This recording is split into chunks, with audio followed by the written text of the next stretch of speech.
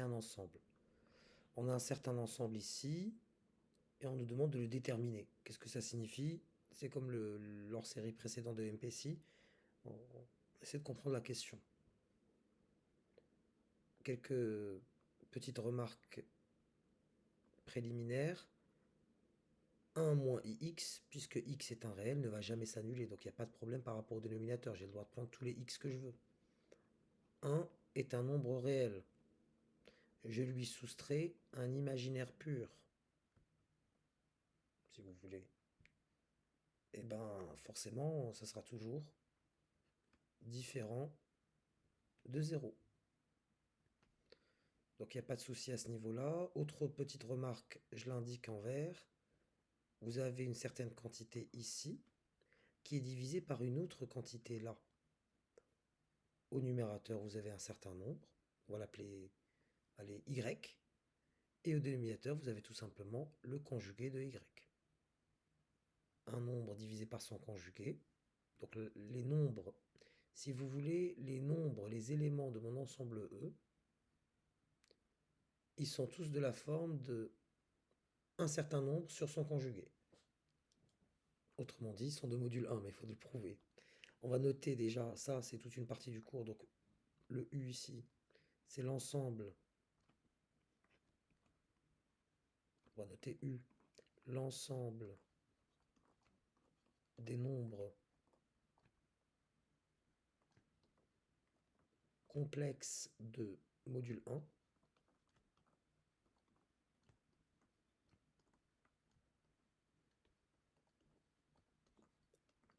Et on va voir si tous les éléments de E sont en effet de module 1. Vérifions-le. Donc soit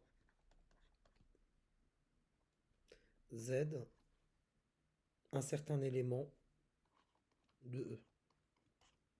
Puisque Z est un élément de E, Z est égal à 1 plus ix avec x réel donné sur 1 moins ix. Et par rapport à ce que j'ai dit comme remarque, donc le module de Z, c'est le module pardon, de toute cette fraction, donc 1 plus ix, 1 moins ix.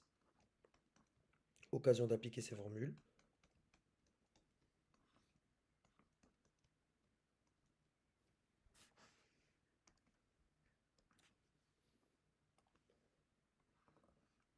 Le module de 1 plus ix sur le module de 1 moins ix.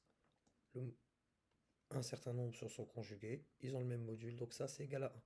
Donc on a bien que, quel que soit l'élément de E, son module, c'est 1. Ainsi, Z appartient à mon ensemble U, donc l'ensemble des nombres complexes de module 1. Donc, mais attention pour l'instant, j'ai juste prouvé que E était inclus dans U. Mais en aucun cas, je peux préciser maintenant que tous les éléments de U sont dans E. C'est-à-dire que tous les éléments de U peuvent s'écrire sous la forme d'une fraction avec au numérateur un certain nombre et en dessous exactement son conjugué. Donc là, je m'intéresse au sens réciproque. Là, donc, je vais considérer cette fois-ci un Z. Donc, c'est pas le même Z que tout à l'heure, hein. Soit petit z, un élément de U. Donc Z s'écrit avec la notation exponentielle de Iθ. Je précise quand même, donc je prends θ sur 0 de pi. Voilà. Et mon objectif pour que vous puissiez comprendre ce que je suis en train de faire, que c'est pas de la prestidigitation, je vous le précise ici, j'ai envie de m'intéresser, est-ce que j'arriverai à écrire tous les éléments de Z sous la forme de 1 plus ix sur 1 moins ix. Voilà, c'est ça mon objectif. Je pars de là. Donc gz est égal, déjà je vais faire apparaître une fraction avec une petite technique assez élémentaire.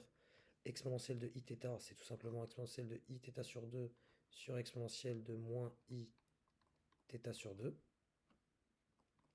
Et je vais passer de la notation exponentielle à la forme trigonométrique. Ça me donne rapidement cos θ sur 2. Et là, vous commencez à voir où je vais en venir. Plus I, et c'est l'occasion en fait d'appliquer bêtement son cours. Donc la cos de moins pi sur 2, c'est par parité du cosinus, c'est cos de pi sur 2, plus, mais là vous avez plus i sin de moins pi sur 2 par imparité du sinus, ça fait moins i sin de pi sur 2. Et voilà que je suis un peu bloqué, parce que j'ai envie d'aboutir à ça, mais il y a un cas qui me pose problème. Est-ce que j'ai le droit de prendre tous les θ ici? Bon, je vais écrire une vacherie pour l'instant, parce que je vais rien quantifier du tout. Je vais me lancer comme un bourrin pour faire apparaître cette forme, et vous allez voir s'il n'y a pas un petit souci quand même, par rapport à la considération de ce θ-là. Je vais factoriser par cos de θ sur 2. Voilà, je suis content, je fais des maths cuisine. Facteur 2, très bien. Je continue mon égalité sans rien quantifier du tout. Alors, je suis tellement content de mon astuce que je ne considère rien d'autre. Donc là, ça me donne 1 plus i sin θ sur 2 sur cos θ sur 2. 1 moins i sin θ sur 2 sur cos de θ sur 2. On est d'accord? C'est parfait, c'est génial. Je poursuis, je supprime ça, voilà. Je connais mes formules en plus de ça. Je sais que tan de grand X est égal à sin de grand X sur cos de grand X. Vous remarquerez, il n'y a aucune quantification, j'y vais directement. Et donc ça me donne 1 plus i tan de θ sur 2 sur 1 moins i tan de θ sur 2. Et là, je serais tenté de dire, bah youpi, j'ai réussi. Tan de θ sur 2, c'est un réel. Et donc, quel que soit le nombre considéré dans mon ensemble U, s'écrit bien sous la forme d'une quantité sur son conjugué. Sauf que là, ce n'est pas être rigoureux. Pourquoi? Parce qu'à un moment, on a divisé par cos de θ sur 2 sans nous intéresser à la valeur pour laquelle cos de θ sur 2 sera égal à 0. En effet, parce que regardez, entre parenthèses, cos θ sur 2 égale à 0, si par exemple, prenez θ est égal à pi. Cos de pi sur 2 va vous donner combien? Bah, ça va vous donner 0. Et vous êtes en train de diviser par 0. Donc vous n'avez pas le droit de prendre θ égale à pi. Parce que pour θ égale à pi, vous êtes en train de diviser par 0. Ce qui fait que m'interdisant, j'ai le droit de prendre n'importe quel θ ici. Tout ça. Donc tout ça est valable. Donc là, je vais le rendre valable pour θ, que j'ai déjà considéré dans cet intervalle, différent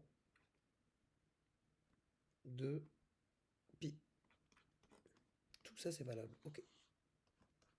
Tous mes éléments. Par contre, là, je fais une disjonction de cas, toujours dans ma démonstration. Si jamais θ, il vaut pi. Je reviens. Donc z me donnerait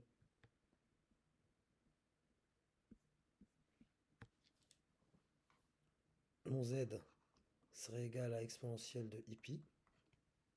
Un petit dessin rapidement. On est là. Module 1, ipi, c'est égal à moins 1. Je vous rappelle que exponentielle de ipi plus 1 égale à 0.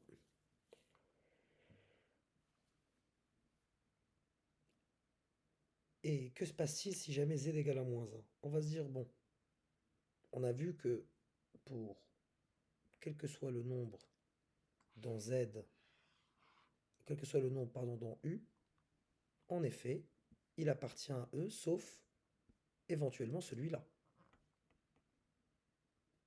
Tous les nombres, tous les éléments de U, à l'exception de celui-là, appartiennent à E. On va vérifier maintenant si celui-là, peut-être que lui aussi il appartient, et du coup on aura l'égalité des ensembles. On va supposer, un petit raisonnement par l'absurde, allez, supposons, par l'absurde, hein. Supposons que Z, qui est ici, est égal à 1 plus ix, x réel, 1 moins ix. Donc, cela donnerait que moins 1 est égal à 1 plus ix sur 1 moins ix, soit moins 1 plus ix est égal à 1 plus ix. Les ix, je peux les éliminer, j'aurai 1 égal à moins 1, ce qui est totalement, permettez-moi de le dire, absurde. Enfin, cette quantité-là, si je dois être un peu dans le détail, cette quantité-là, en passant de l'autre côté, elle va se faire elle va multiplier le moins 1, ça va donner moins 1 plus ix. J'aurai moins 1 plus ix égale à 1 plus ix. Ix dans le membre de droite et de gauche, et j'aurai moins 1 égale à 1. Ce qui est absurde. Donc finalement, quand θ égale à pi, mon élément n'appartient pas à l'ensemble E. Et donc je dirais que E, finalement, c'est tout simplement U privé de moins 1. Alors, vous prenez tous les nombres de module 1 et vous enlevez moins 1.